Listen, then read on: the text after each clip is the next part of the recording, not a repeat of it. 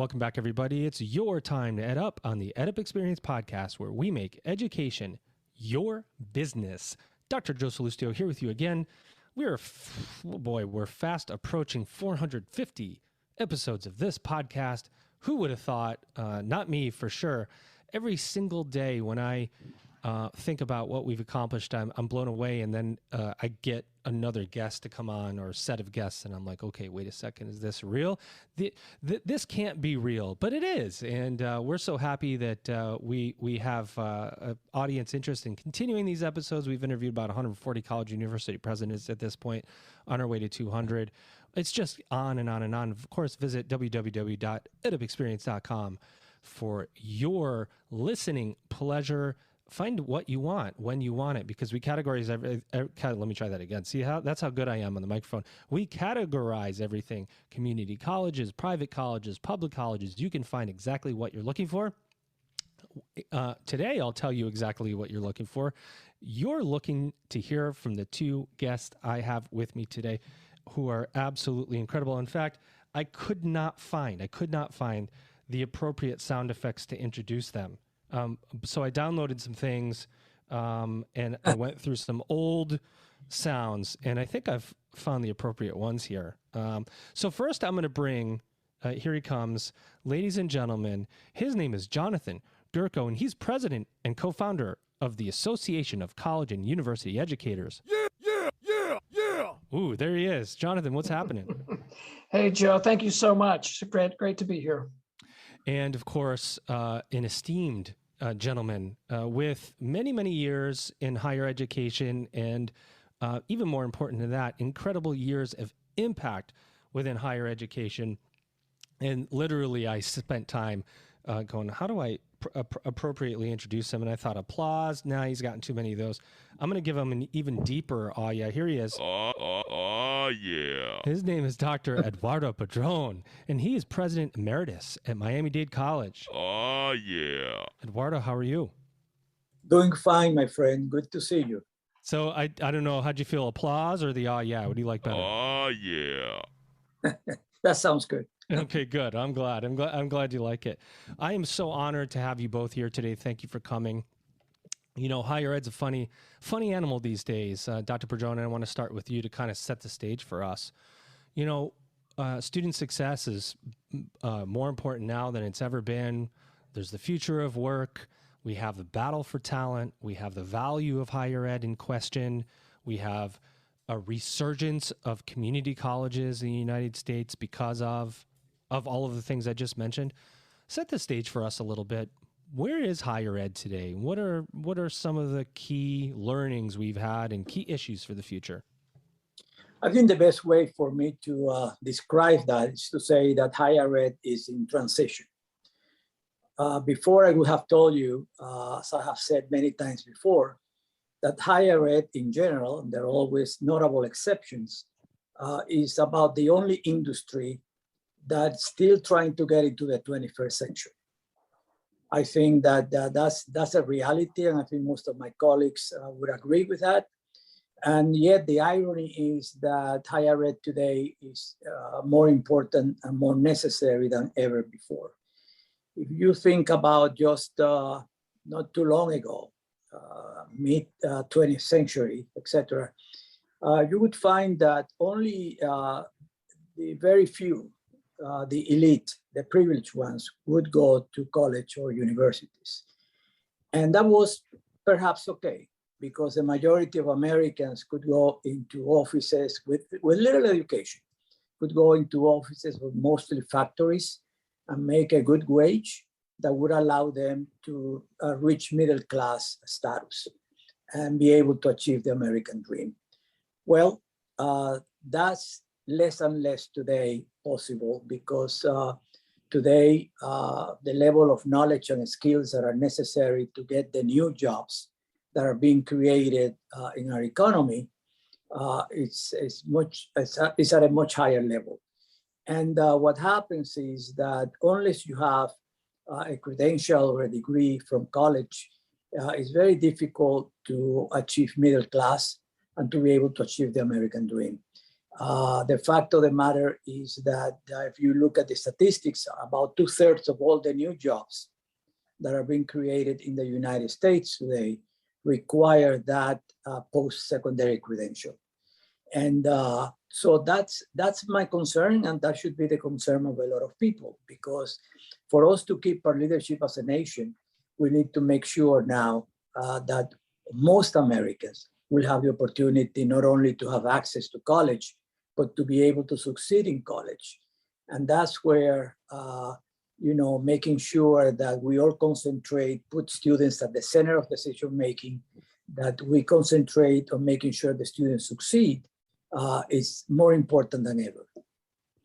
Yeah, you brought up so many thoughts for me. And, Miami-Dade College, we're being a massive community college, helping a tremendous, I think 90, 100,000 students, somewhere in that range.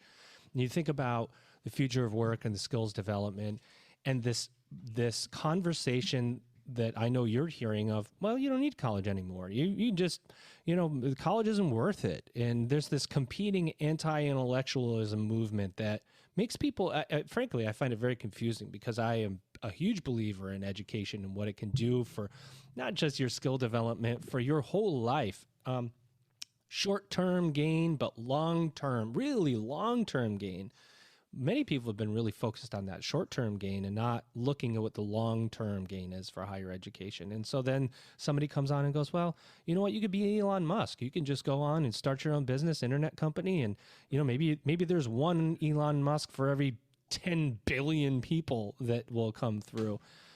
How do you frame that dissonance conversation of higher ed and its value?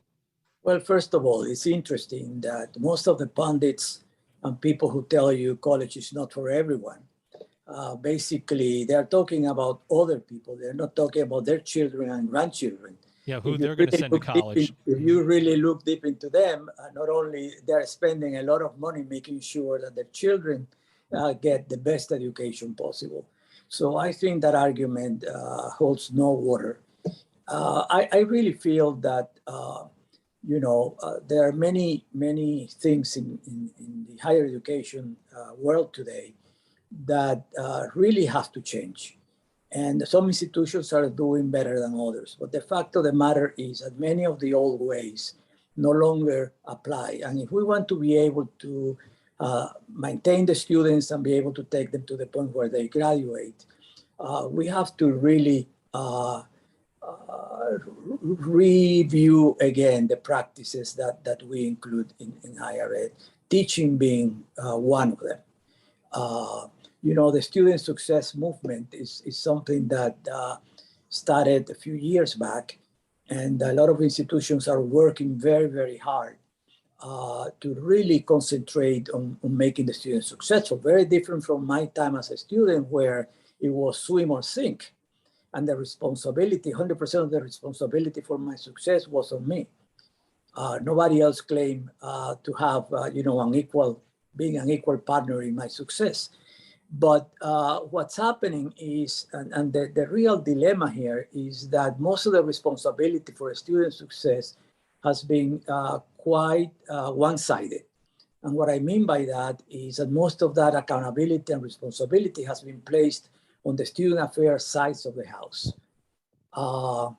and with no real participation of the academy, the academic affairs, no real participation of the faculty, and that I think is where the big mistake is taking place, because the faculty are the essence of the institution, and many faculty take pride in doing what they do. But I'll give you my own example. I got a teaching job full-time with a Ph.D. in hand in economics. And 2 weeks prior to my teaching starting, I was given 2 textbooks that I needed for the courses and my schedule of courses. So I knew when the courses were to be taught, et cetera, et cetera. I had no training, no experience with teaching. Yikes! So I submitted myself to those students who, in reflecting back, I could have done a much better job in teaching them and engaging them in the learning if I had had some understanding of what makes teaching effective. So that is not much different today, to be totally honest with you. And I think that's where we need to put most of our efforts, because we have wonderful faculty who are experts in their field. They have doctorates and masters in chemistry, sociology, mathematics, whatever, you name it. But that does not necessarily make them effective teachers. And I think engaging the faculty and providing the faculty the opportunity to assume responsibility for the success of the students is one of the major issues that we're facing today. 100%. Oh, Jonathan, your voice is just a tad raspy. I wanted to bring you into the conversation there, but thank you for agreeing. Appreciate it. Talk to me about ACUE a little bit. Yeah, let me clear my throat. I can't believe it was that raspy, Joe. That's right. Thank you there. Appreciate that. Joe, I sometimes I feel like the luckiest man on the planet. It can't be, because I've got you two guys here, so that's got to be me. Oh, okay. All right. Well, for today, you can have that All right. honorific.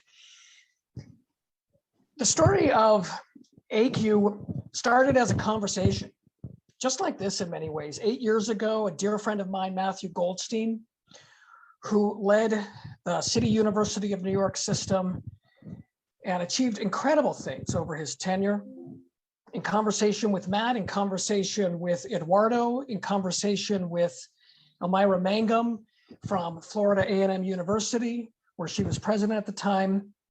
And we were looking at this success agenda, the success movement. And Eduardo's point was spot on, was the insight we had 8 years ago. So many of the important, necessary interventions to help students succeed were happening outside of class.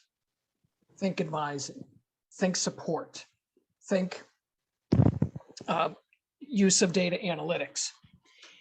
And our insight was we have to get to the heart of the matter. Those things may be necessary, but they're insufficient if we're going to meet the levels of education that the country needs, that the economy needs. That's our mission. That's our duty to students. So we said, how can we get to the heart of the matter, support faculty in a way that strengthens their teaching? Because we know when faculty use evidence-based practices, and there's a 40-year literature behind this, when they use these practices, we see persistence go up. We see mindsets open. We see achievement rise. And Joe, we see equity gaps close. We've seen it in our 19 studies and counting, where we've eliminated achievement gaps between Pell eligible and non-eligible students. We've cut in half equity gaps between Black college students and their peers. So we know this works. The question became, how can we center faculty and teaching at the heart of the success movement? That's our mission. Our mission is student success and equity through quality instruction. We've been at it for 8 years. We work with over 350 college and university partners. Wow.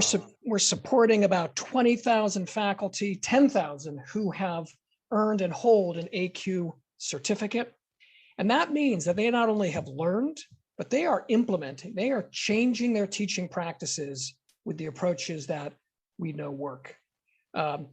So I feel pretty lucky to be able to wake up every day and work on this. I could talk about it for more than the time we have, but let me stop there. Well, we have you guys for 3.5 hours, I think. Right? Amazing. So we got plenty of time. I'm going to come back to you, Jonathan, but I want to go to you, Dr. Padrón, again, and talk about what's wrong a little bit more. So set the stage for us. Teaching is important, right? And you talk about student success, and faculty have the most direct impact on students through their entire educational journey. You can recruit them, you can finance them, you can support them, but ultimately the person that they're interacting with in those classes, whether it's online or it's on ground, is the person that's going to be most directly involved in that student's success. And you said earlier that teachers aren't really prepared the faculty aren't prepared to teach as much, maybe as much as they would be prepared to be an SME in their field? Or what's wrong with the teaching framework as it exists right now? And what do we do about it? Well, I think what's wrong definitely is a reward system. We have reward systems at colleges and universities that basically the emphasis is on research and publishing.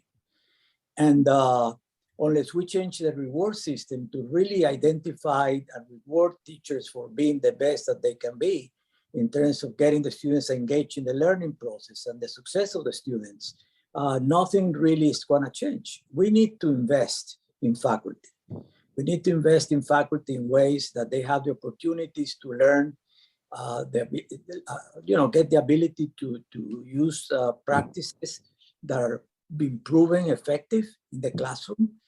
And that will change the whole thing. But as long as we keep rewarding faculty, tenure, as well as changing rank, whatever, based on how much research you conducted, how many books you published, et cetera, we're not going to see a significant change. And that is something that some institutions are beginning to learn, and that I think are going to make a difference if, in fact, we want to go to the essence of what these institutions are and need to be, which is to be engines of economic mobility, because that's what the university main function should be and nothing else.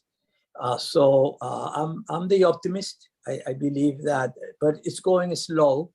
But I feel that the new realities of the knowledge economy are going to force colleges and universities to really hurry up and being able to implement changes that will address that issue.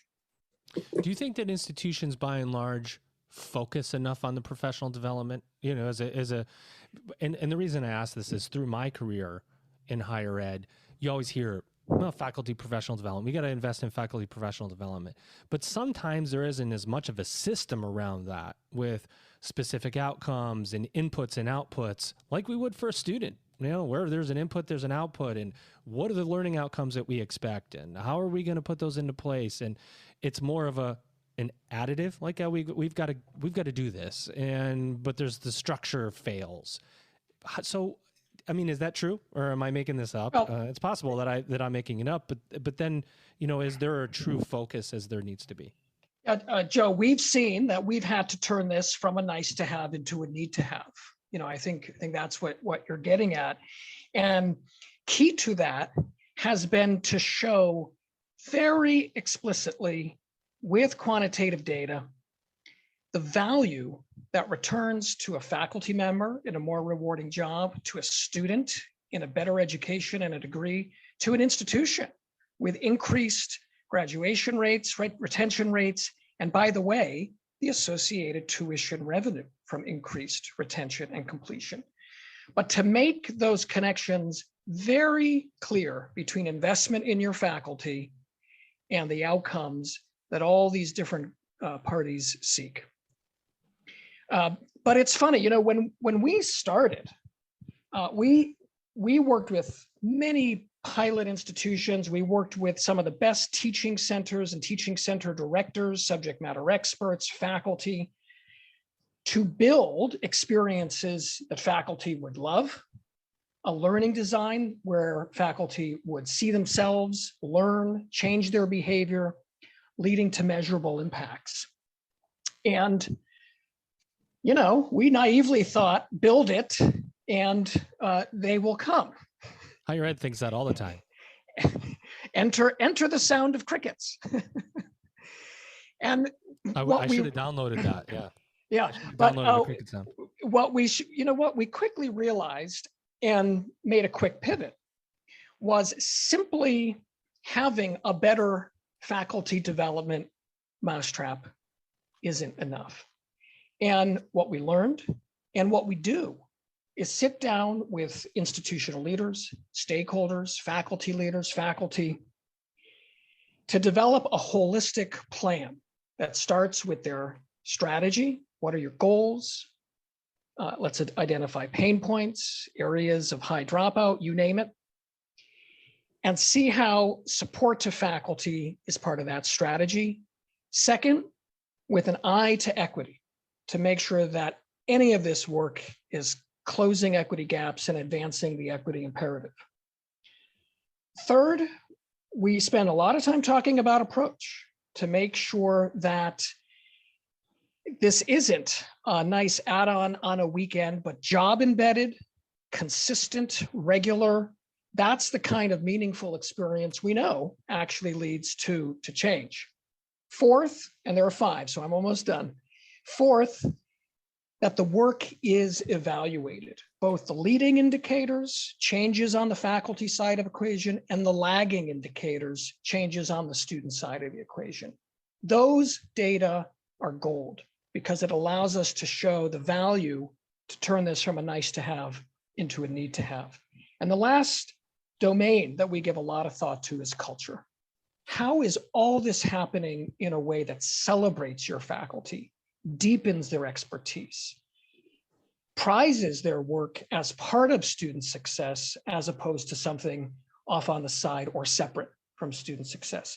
You put those 5 things together, and it gets to the kind of transformation that Eduardo was doing at Miami-Dade long before ACUE existed, and the kind of transformative partnerships we're forming with colleges across the country. Hey, everybody, head over to www.edupexperience.com, our website, where you're going to find all of the episodes that we've recorded categorized so that you can ensure that you're spending your time listening to the podcasts that are most important to you. You're going to see the reviews of our podcasts, the shows in our network, our partners, and a section on starter episodes. If you're new to the EdUp Experience, listen to those starter episodes and get a feel for how the podcast has evolved over time and our impact in the world. www.edupexperience.com. Jonathan, do you think that there are colleges and universities that are not equating faculty teaching readiness with student success? Is it something you have to convince people into at this point, or is it just widely accepted or maybe not practiced all the time? Well, I think it depends, back to Eduardo's point, on your goals and your incentives. If you're an elite institution where research is the coin of the realm, and you are selective enough to admit students who are going to do well no matter what, because of their own preparation, their own work ethic, because of the peer effects. If you've got a 95% on-time graduation rate, you likely don't believe the quality of instruction is a question. Now, I would challenge that because, like Eduardo, I didn't get any pedagogical preparation in my own training as a Ph.D. in political science. But in those elite situations, it's not a felt need. It's not a felt problem. Moving into different segments of higher ed, absolutely. We find every institution is hungry and faculty are welcoming the opportunity to strengthen their craft, to do better by their students. Wow, I love it. Well, you know, you guys caught me on a day when I like to play games here at the EdUp Experience. We're going to play a game today called This is Higher Ed Word Association with your contestants, Eduardo Padrón and Jonathan Gurko. And this is a gentleman where you win no money here at the EdUp Experience. So unfortunately, we have no money, so you can't win. But we can get your incredible insights, which means we all win. And so I'm going to give you guys a word, and you're going to give me the first set of thoughts that come to your mind. These are Higher Ed Association words. And we're going to start with you, Jonathan. And here we go. You ready? The first word to you, Jonathan, is assessment. What comes to mind? Not yet.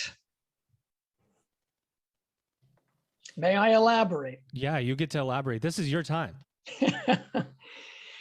Well, in our work with faculty, we know there's a lot of talk about evaluation and job performance. And our view is that it's premature to be evaluating and assessing anybody in any field before they've had the opportunity to develop those skills. So before we jump into measures and assessments of teaching quality, let's ensure faculty have foundational preparation and support. We care all about quality, but thinking we'll get more of it merely by assessment, by job performance and evaluation, that's not going to get us there. We saw that created a debacle in K-12 and no need to bring that to higher ed. Well done. Okay, Eduardo, your word is equity. One of my favorite words. We need more of it.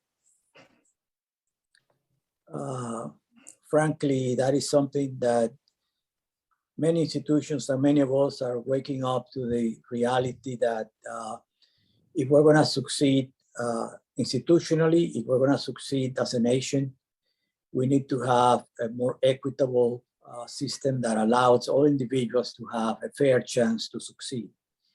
And that is something that, in my opinion, a lot of people, at least the people that I associate with, care about.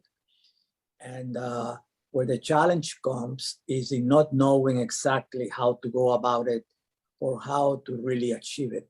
And I think organizations like ACUE are helping people be able to identify the equity gaps. And not only that, but to be able to introduce ideas and programmatic opportunities to be able to improve in their achievement of these outcomes or whatever. And I really feel that more and more that is going to be something that is going to permeate all institutions, and something that I think people are genuine in their desire to see a more fair system, more equitable system that allowed all students to have the same opportunity. As I always say, talent is universal, but opportunity is not.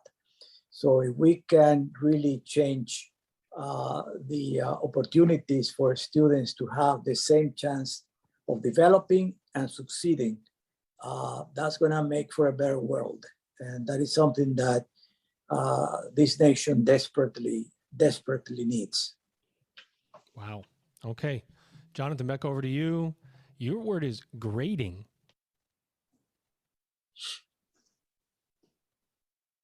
I didn't say they were going to be easy.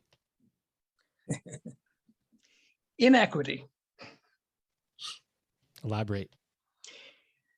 Well, if we look historically, we know that the bell curve is a very powerful mental model. We know the normal distribution is a social phenomenon. It happens in social phenomena, but it became a force for inequity when students, for reasons other than their achievement or performance in a course, got graded in equitable ways.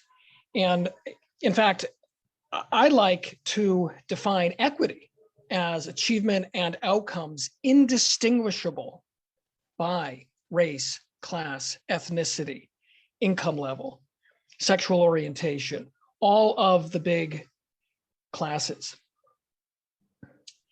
So when you say grading, what comes to mind are a lot of the inherited inequitable ways of thinking, mental models, and practices that need to be disrupted in order to more effectively motivate students and more fairly reflect their authentic performance, as opposed to assumed performance or because of issues that are truly outside of their control or the faculty members' control. Wow, I'm going to keep doing this. So I'm going to go to Eduardo. Ready? Yours is adjunct faculty.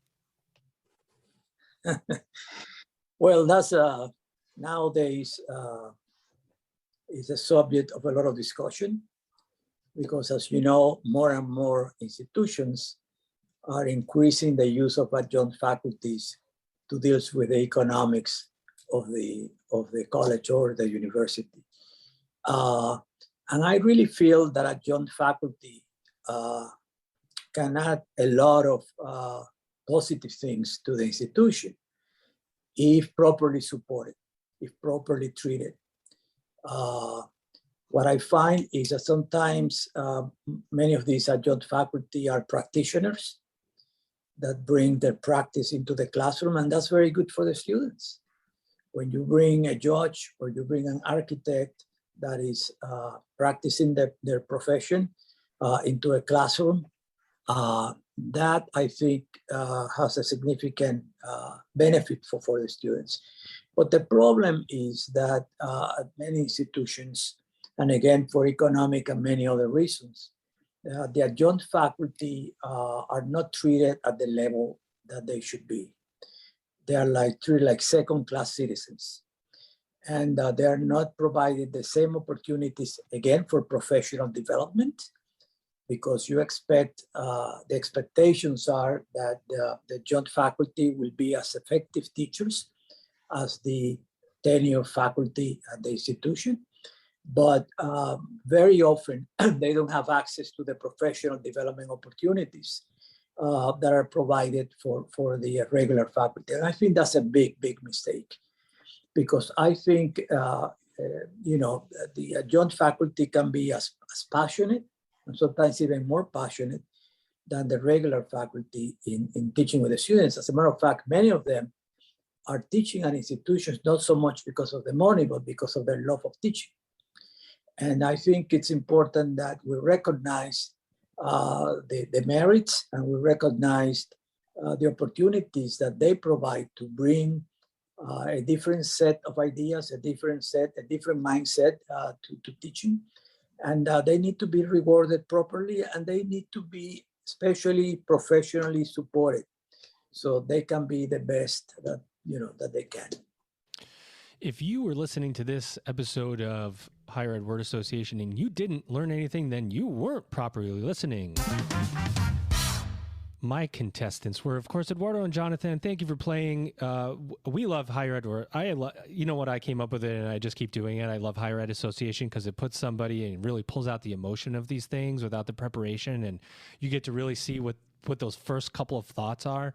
And when it comes to higher ed, we are so, not that other industries aren't, but we're so passionate because we are literally affecting the lives of others. And you hear that passion come out when you do something like this, kind of in an unscripted way. Of course, you guys were not prepared for that. You had no idea what words I were going to give you. By the way, you knocked it out of the park, just for the record.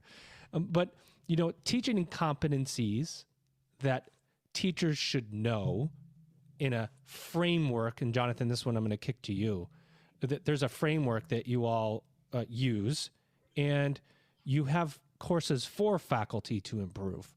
Talk a little bit about the pathways that a teacher can take to improve their skills through ACUE. Yeah. Well, and thanks for opening the question with the notion of competencies. It's the right place to start. You've heard this question before. What should every educator know and be able to do to teach well? That's a very common question in K-12. It's been asked for over 100 years, ever since teachers had to get a license and a certificate and what have you. 50 states have their 50 different teaching standards. We've got different models.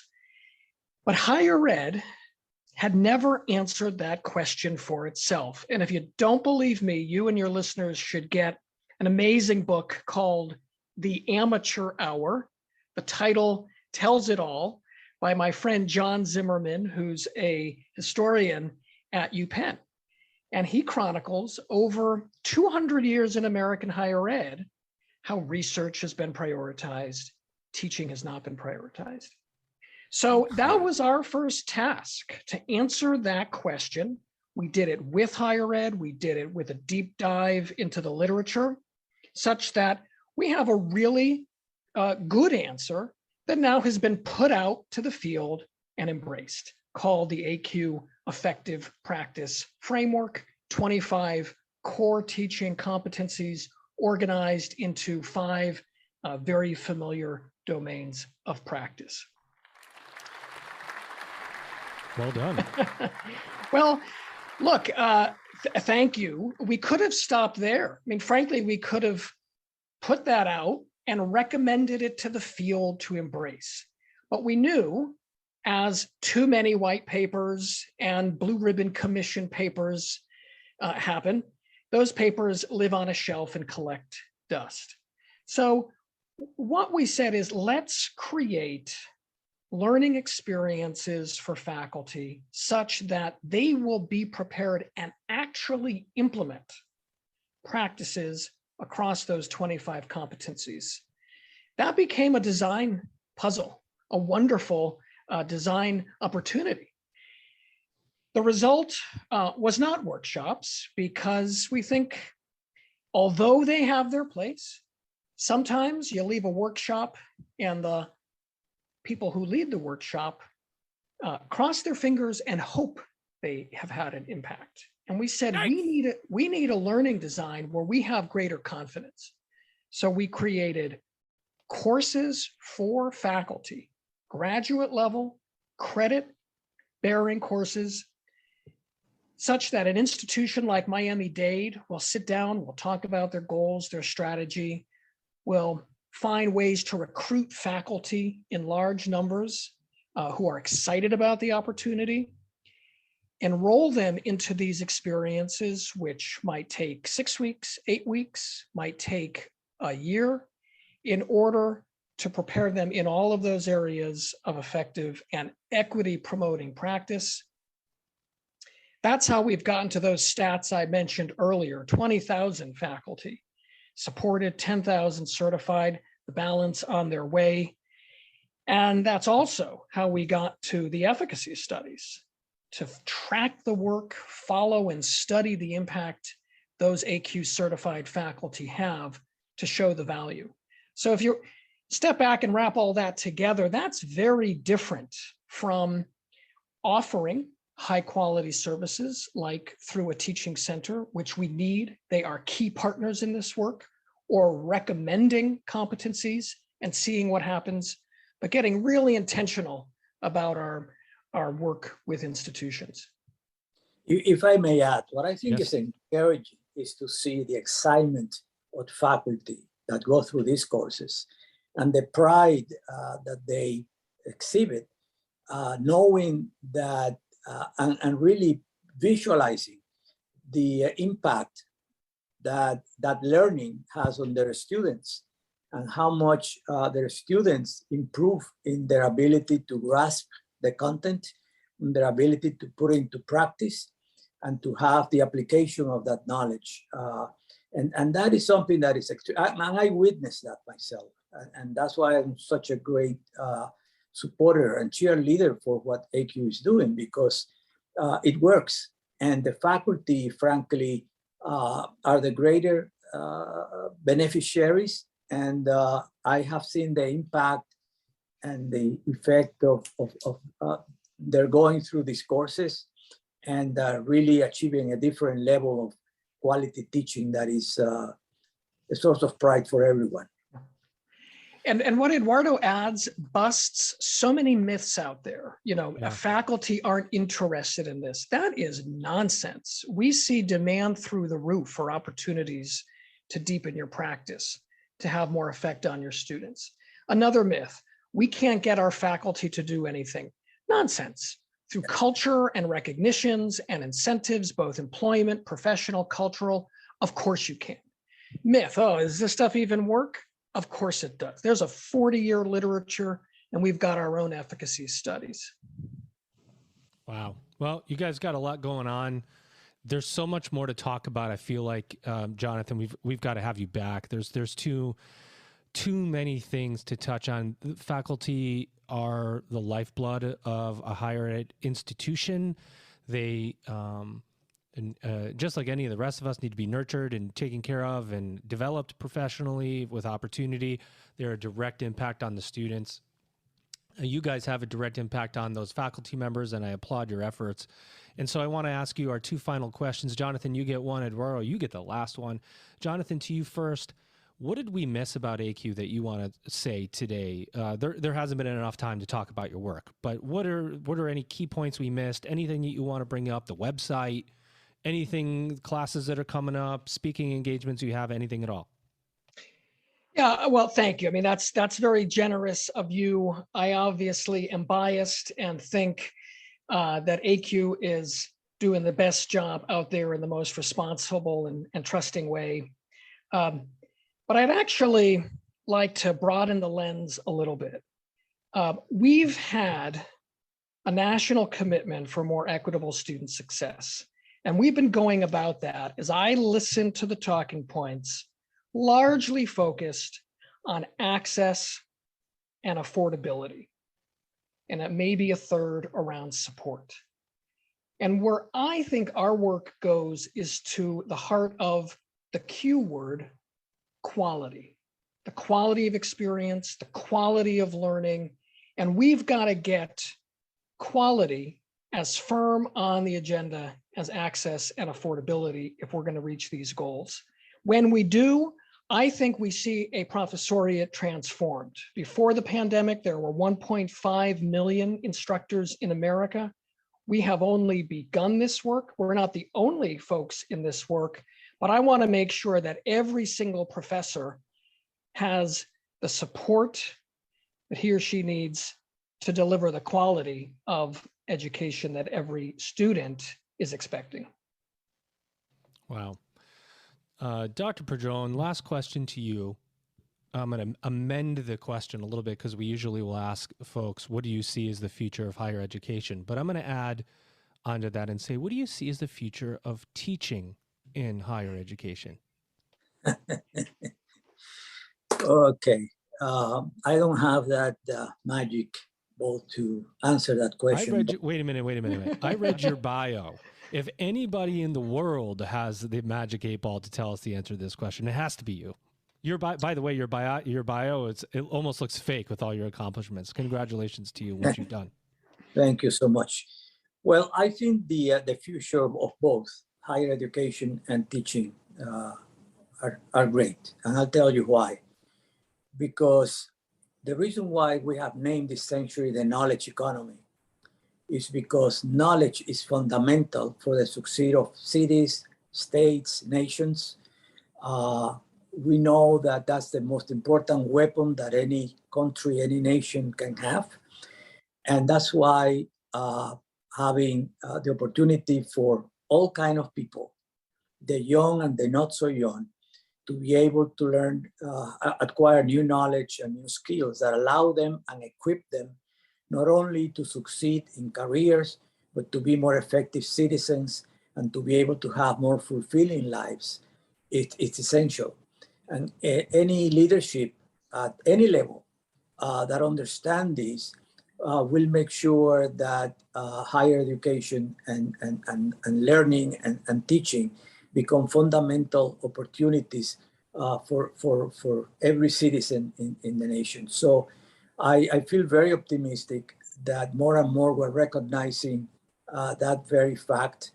And we all have to understand that the tools to be able to accomplish that, the opportunities are available. It's a question of seeking them out and implementing them and providing that, as we said, professional development opportunities at all levels so people can achieve their very best.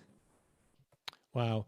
Well, I'll tell my audience who many are who we know for sure are higher ed administrators, college presidents. This is a critical issue. I would ask you to visit acue.org. There is a ton of resources there. If you want to improve student engagement, persistence, and close the equity gaps, this is a good place to start to get your faculty up to speed and give them what they need. Up to speed and give them what they need. And maybe we can tagline that to serve students, which is why we are in this business in the first place. So we got to take care of the people that take care of the students. I know you would agree. And of course, I can't tell you enough and thank my guests enough. Of course, Dr. Jonathan Gurko and Dr. Eduardo Padrón here to represent faculty and their development. Thank you so much, guys, for coming on the EdUp Experience. We appreciate you. Did you have a good time, at least, talking about these things? Thank you, Joe. It's been wonderful. Thank you, Joe. I never met a microphone I didn't like. All right. Well, we're gonna keep a hot mic for you here at the EdUp Experience, gentlemen. You've just EdUp'd